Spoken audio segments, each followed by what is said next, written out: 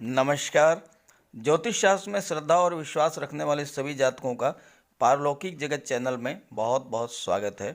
आज के इस वीडियो में हम बात करेंगे कर्क राशि के जातकों के लिए दिसंबर 2021 का महीना किन खुशियों की सौगात लेकर के आया है, क्या है ग्रहों का प्रभाव और हम क्या कर सकते हैं ग्रहों को अपने अनुकूल करने के लिए। सच पूछा जाए तो दिसंबर का महीना कर्क राशि के जातकों के लिए बहुत ही श्रेष्ठ लाभ की स्थितियां लेकर के आया है।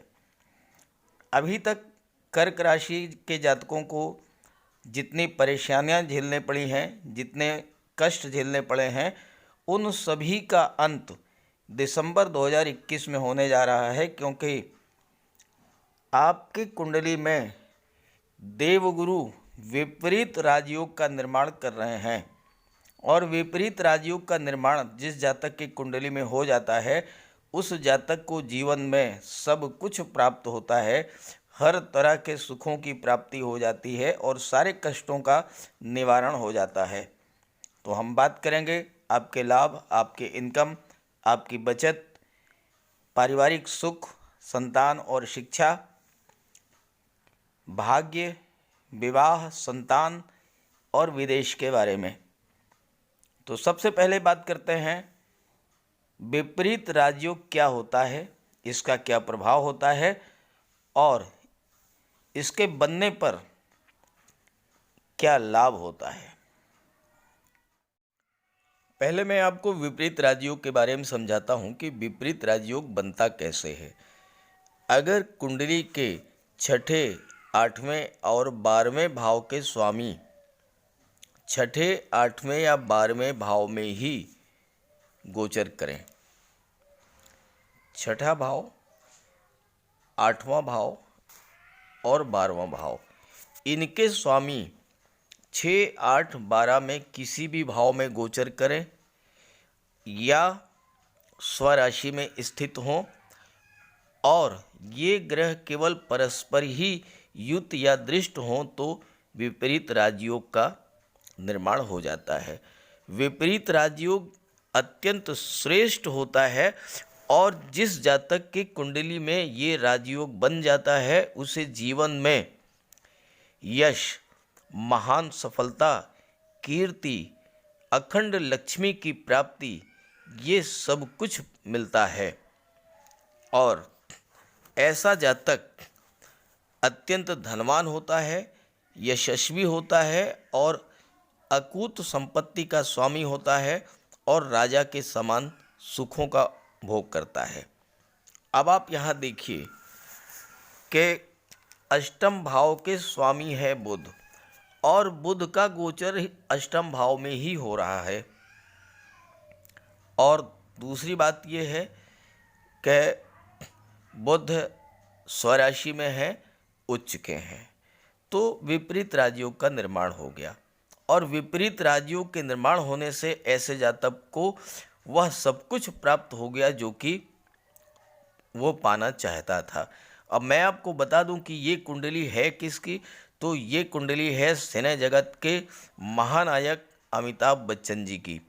और कहने की आवश्यकता नहीं है कि आपको सर्वविदित है कि विश्वविख्यात हैं अमिताभ जी, दुनिया उनकी दीवानी है, वो सेलिब्रिटी हैं और धन, वैभव, ऐश्वर्य, सुख सब कुछ उनके पास है। और ऐसे ही विपरीत राजयोग जो हैं वो क्रिकेट जगत के भारतीय क्रिकेट टीम के कप्तान सचिन तेंदुलकर जी की कुंडली में बना है,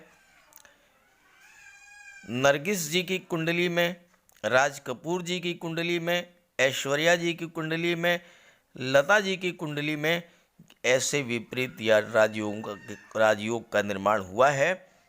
और यही राजयोग आपकी कुंडली में भी बन रहा है, भले ही शॉर्ट टाइम के लिए, थोड़े समय के लिए, लेकिन थोड़े समय के लिए भी बनने वाला ये राजयोग आपको बहुत ही श्रेष्ठ फल दे करके जाएगा।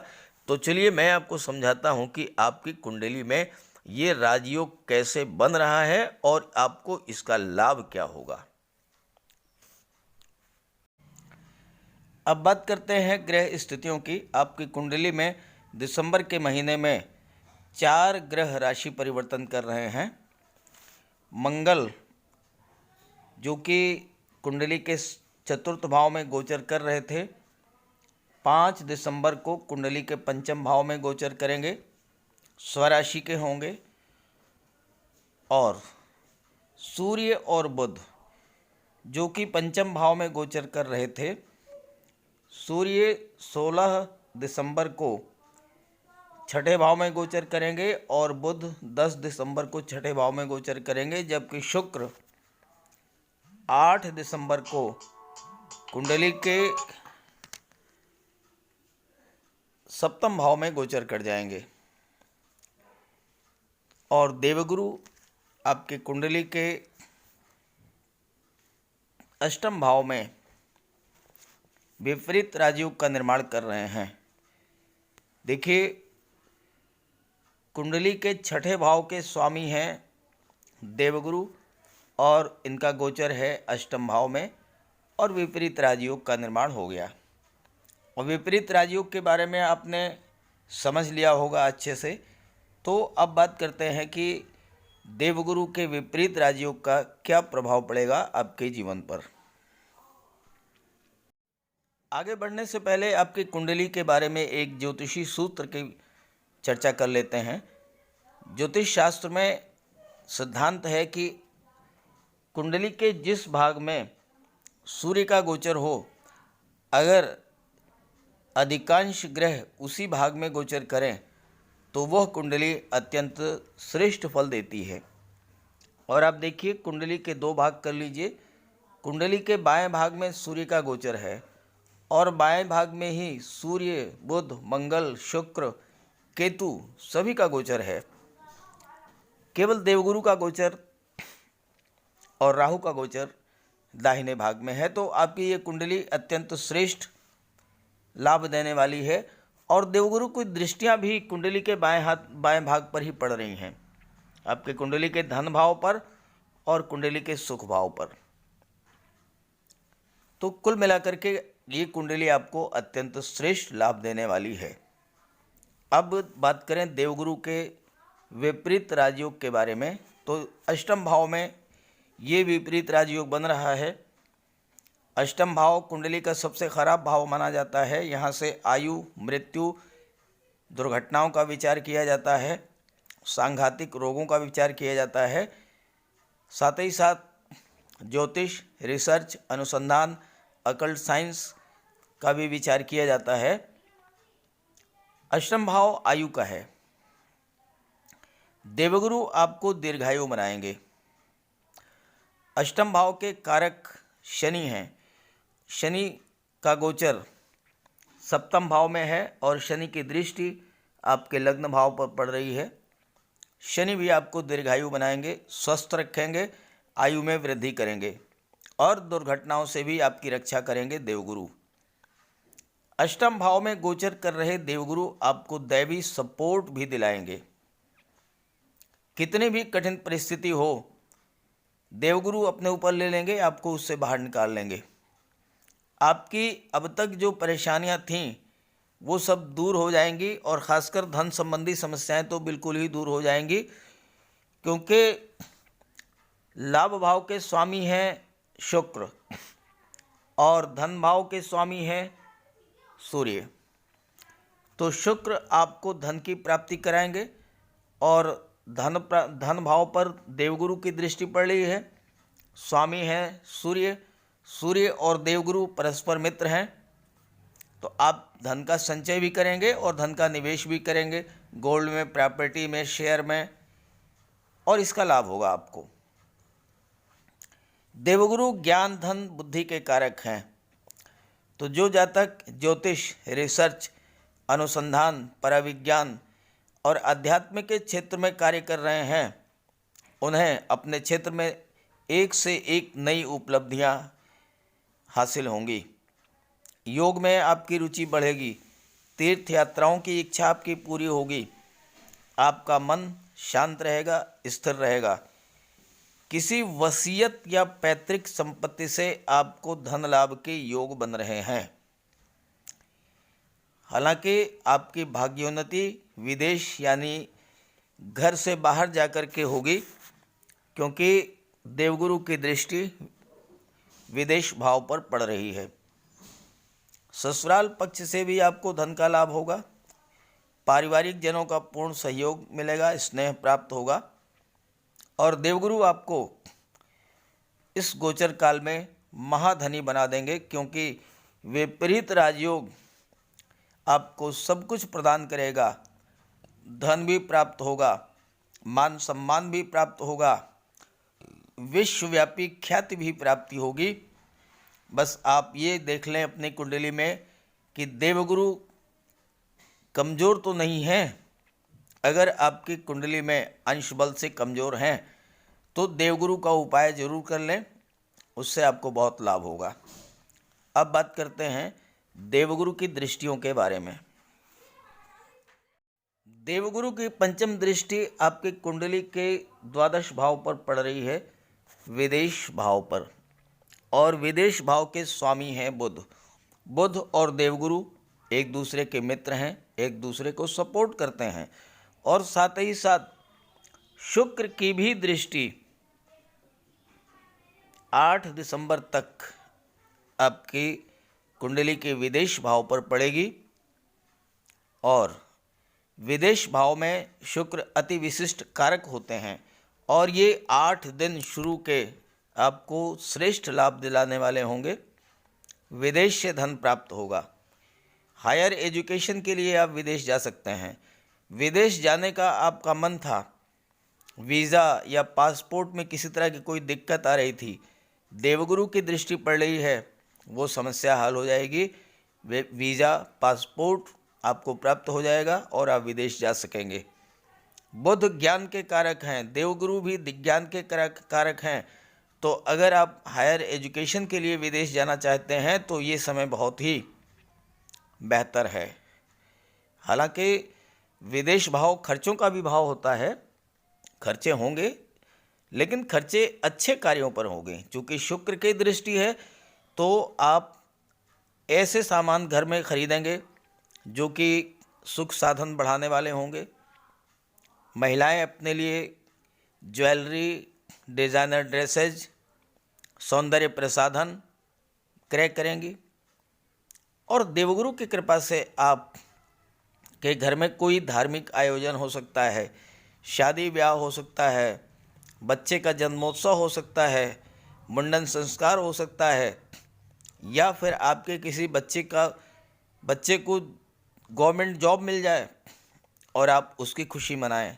ये सब देवगुरु की कृपा से होगा, क्योंकि देवगुरु संतान के भी कारक हैं, विवाह के भी कारक हैं, शिक्षा के भी कारक हैं और नौकरी के भी कारक हैं। तो इसका आपको पूर्ण लाभ मिलेगा। भाई ये देख लें कि देवगुरु अगर कमज़ोर स्थिति में है तो उसका उपाय जरूर करें।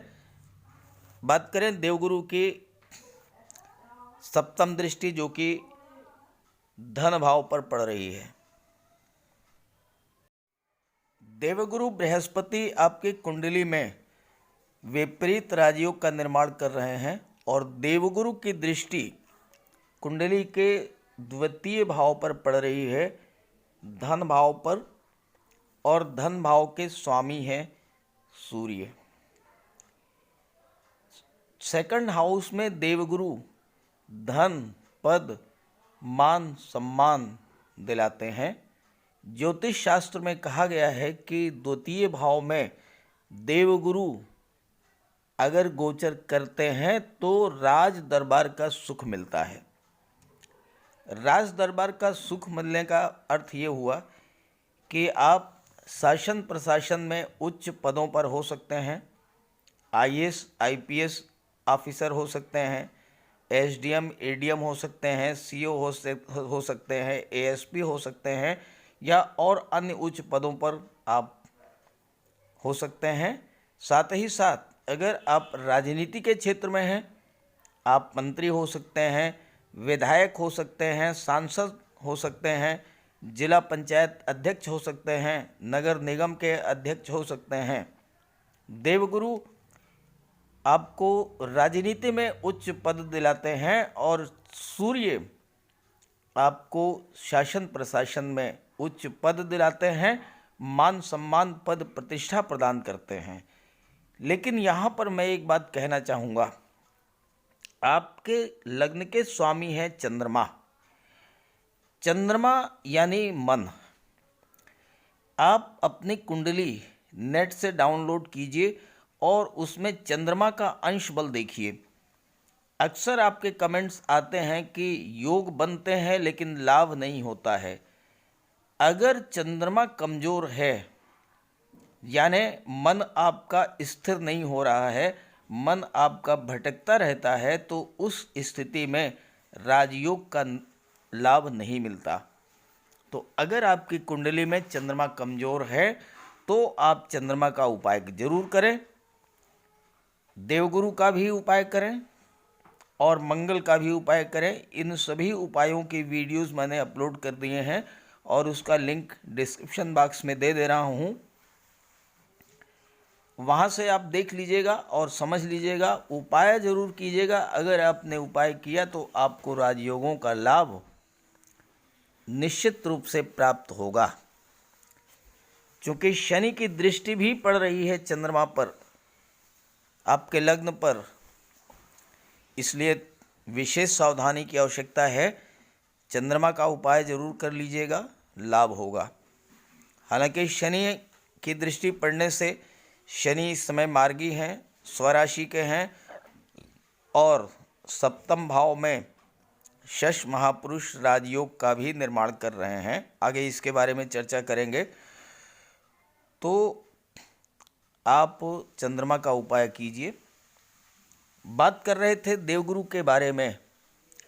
सेकंड हाउस वाणी का भी होता है और आपकी वाणी में इतना ज्ञान होगा कि लोग मंत्रमुग्ध होकर आपको सुनेंगे।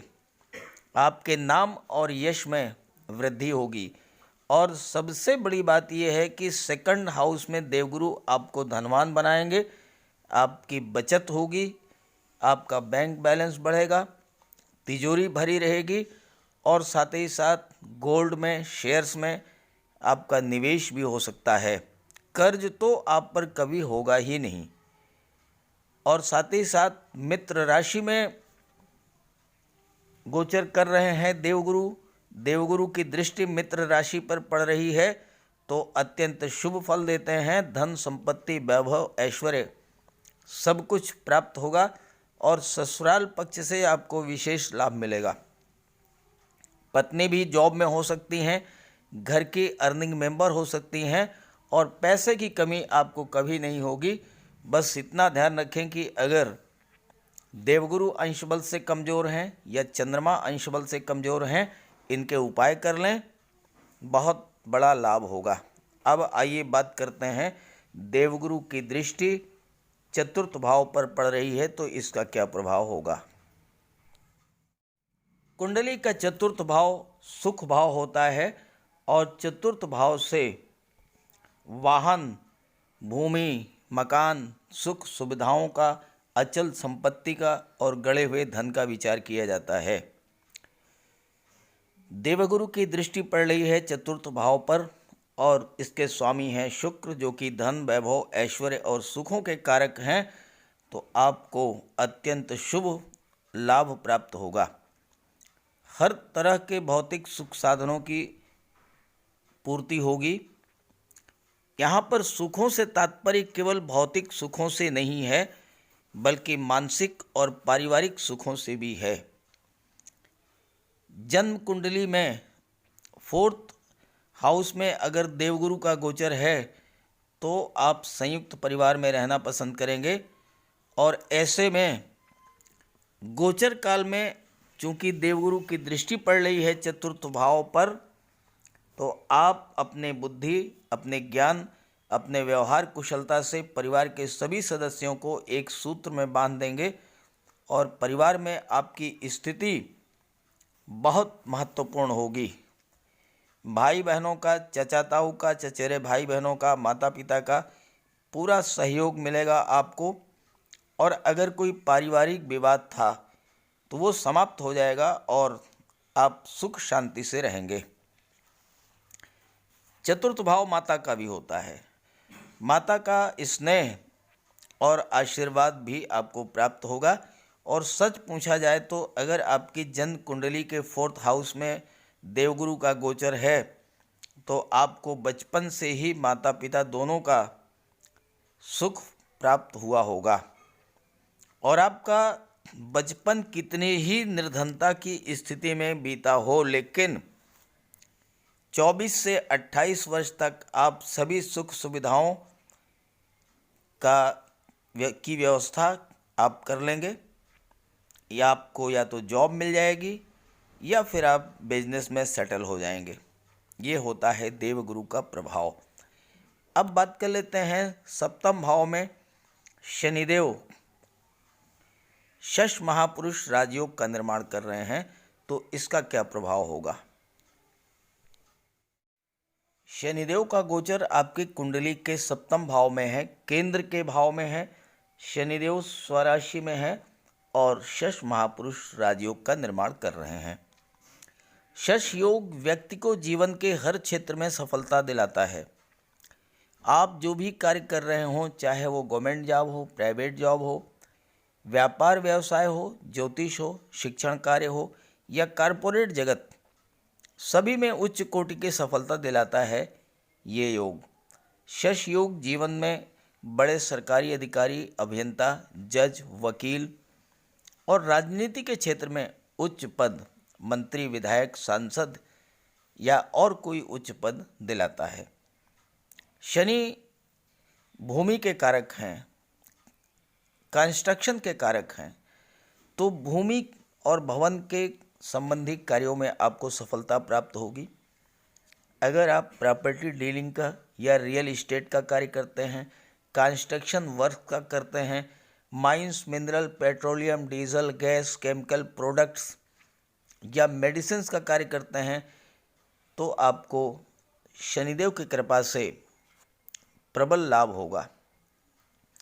अगर आपकी कोई फार्मा कंपनी है, आप डॉक्टर हैं या सर्जन हैं या पुरातत्व, रक्षा अनुसंधान या ज्योतिष या रिसर्च के क्षेत्र से जुड़े हुए हैं, तो भी आपको बहुत लाभ होगा, क्योंकि अष्टम भाव से इन सब का विचार किया जाता है। शनिदेव अष्टम भाव के कारक हैं और अष्टम भाव में ही देवगुरु विपरीत राजयोग का निर्माण कर रहे हैं। एक से अधिक व्यवसाय से आप धन अर्जित करेंगे, मल्टी सोर्स इनकम होगी।